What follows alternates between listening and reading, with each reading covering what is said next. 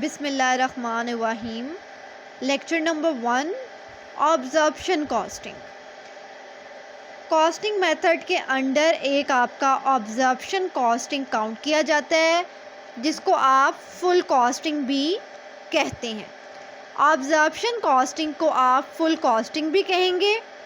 इस कॉस्टिंग में क्या होता है, ये एक ऐसा मेथड है जिसमें हम फुल कॉस्ट को काउंट करते हैं। फुल कॉस्ट वो मैन्युफैक्चरिंग फिक्स्ड हो या वेरिएबल, नॉन मैन्युफैक्चरिंग फिक्स्ड हो या variable, fixed variable manufacturing, fixed variable non manufacturing. Full cost को हम ऑब्जर्प्शन कॉस्टिंग में काउंट करते हैं, इसलिए इसको फुल कॉस्टिंग भी कहा जाता है, इसलिए हम इसको फुल कॉस्टिंग भी कहते हैं। अब हम देखेंगे फुल कॉस्ट क्या होता है। फुल कॉस्ट में डायरेक्ट कॉस्ट होती है और इनडायरेक्ट कॉस्ट होती है। इनडायरेक्ट कॉस्ट को हम नॉन मैन्युफैक्चरिंग भी कहते हैं और डायरेक्ट कॉस्ट को हम मैन्युफैक्चरिंग कहते हैं। Direct cost manufacturing cost, indirect cost non manufacturing cost. Full cost में variable fixed non manufacturing, variable fixed manufacturing भी आ जाती है। अब आप देख सकते हैं ऑब्जर्प्शन कॉस्टिंग ऐसा मेथड है जिसमें हम प्रॉफिट काउंट करने के लिए फुल कॉस्ट को कंसीडर करते हैं।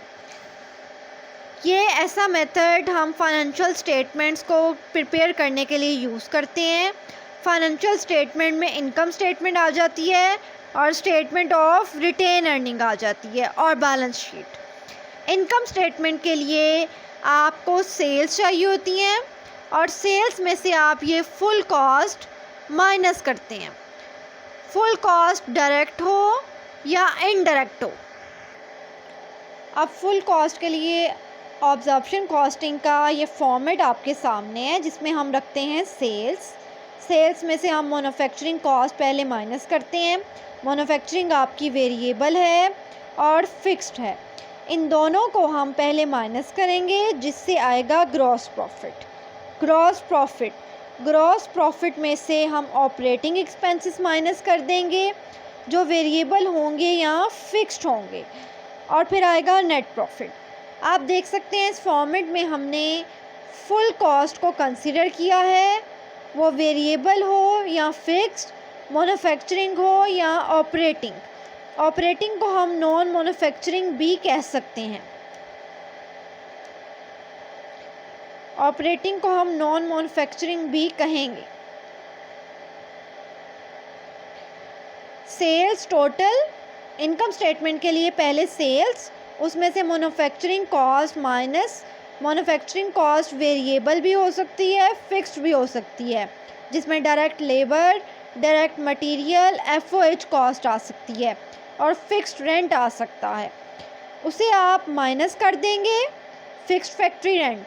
माइनस करने के बाद आपके पास या तो ग्रॉस प्रॉफिट आएगी या फिर लॉस भी आ सकता है।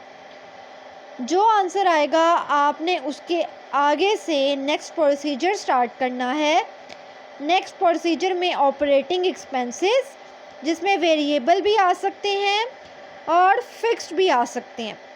वेरिएबल में हम रेंट, सैलरीज आ सकती हैं, रेंट, डेप्रिसिएशन, ये सब एक्सपेंसेस वेरिएबल और फिक्स दोनों में आ सकते हैं। ऑपरेटिंग एक्सपेंसेस ये ग्रॉस प्रॉफिट में से माइनस हो जाएंगे और जो लास्ट आंसर है आपका वो कहलाएगा नेट प्रॉफिट, उसे कहेंगे आप नेट प्रॉफिट। तो अब अगर अपने टॉपिक पे हम वापस आ जाते हैं फॉर्मेट देखने के बाद, ऑब्जर्प्शन कॉस्टिंग। तो ऑब्जर्प्शन कॉस्टिंग में आपने इस बात का ख्याल रखना है कि आपने फुल कॉस्ट लेनी है, वो भी डायरेक्ट हो या इनडायरेक्ट हो। डायरेक्ट से हम ग्रॉस प्रॉफिट फाइंड आउट कर सकते हैं और इनडायरेक्ट से हम नेट प्रॉफिट फाइंड आउट कर सकते हैं। ग्रॉस प्रॉफिट डायरेक्ट कॉस्ट से एसोसिएट होता है और नेट प्रॉफिट इनडायरेक्ट कॉस्ट से एसोसिएट होता है। डायरेक्ट कॉस्ट में आपके वेजेस आ सकते हैं, आपकी फैक्ट्री में जो आप वेजेस पे करते हैं, कैरेज पे करते हैं, कोई ड्यूटी पे करते हैं आप, फैक्ट्री के कोई एक्सपेंसेस पे करते हैं,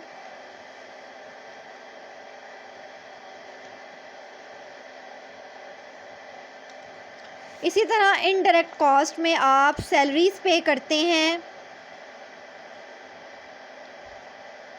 रेंट पे करते हैं, डेप्रिसिएशन पे करते हैं, कोई कमीशन पे करते हैं, ये सब इनडायरेक्ट कॉस्ट में आएगा। इसका लिंक नॉन मैन्युफैक्चरिंग कंसर्न से है और इसका लिंक मैन्युफैक्चरिंग कंसर्न से है। अगर आपका ट्रेडिंग बिजनेस है तो ये ट्रेडिंग से रिलेट करता है, परचेजेस से, और अगर आपका ट्रेडिंग बिजनेस है तो इनडायरेक्ट एक्सपेंस रिलेट करते हैं सेल से। डायरेक्ट एक्सपेंस सिंपली रिलेट करते हैं मैन्युफैक्चरिंग से अगर आपका मैन्युफैक्चरिंग बिजनेस है, और अगर आपका ट्रेडिंग बिजनेस है तो ये रिलेट करते हैं परचेजेस से। परचेजेस इस मकसद के लिए कि उसे आगे हम सेल कर सकें। और इनडायरेक्ट में अगर आपका मैन्युफैक्चरिंग बिजनेस है तो इनडायरेक्ट नॉन मैन्युफैक्चरिंग से लिंक करते हैं, और अगर आपका ट्रेडिंग बिजनेस है तो इनडायरेक्ट सेल से रिलेट करते हैं कि आपको इनकम किस वजह से आ रही है। ऑब्जर्प्शन कॉस्टिंग का नेम फुल कॉस्टिंग इसीलिए है क्योंकि इसमें हम ये सब डायरेक्ट और इनडायरेक्ट ये सब कॉस्ट को हम कंसिडर करते हैं। इनकम स्टेटमेंट से हम ग्रॉस प्रॉफिट और नेट प्रॉफिट फाइंड आउट करते हैं। इसके लिए हम इस फुल कॉस्ट को कंसिडर करते हैं। इस मेथड को आप कहेंगे ऑब्जर्प्शन कॉस्टिंग। नेक्स्ट लेक्चर में हम डिस्कस करेंगे ऑब्जर्प्शन और मार्जिनल कॉस्टिंग का फ़र्क। मार्जिनल कॉस्टिंग को डिटेल में डिस्कस करेंगे और ऑब्जर्प्शन और मार्जिनल का कंपैरिजन हम इंशाल्लाह नेक्स्ट लेक्चर में, लेक्चर नंबर 2 में हम इसका और मार्जिनल कॉस्टिंग का कंपैरिजन करेंगे। फिर आपको इन दोनों में जो फ़र्क है वो क्लियर हो जाएगा कि इसमें और मार्जिनल कॉस्टिंग में क्या फ़र्क है। अभी आपने ये बात याद रखनी है कि ऑब्जर्प्शन को फुल इसलिए कहते हैं हम क्योंकि उसमें डायरेक्ट और इनडायरेक्ट दोनों शामिल होते हैं।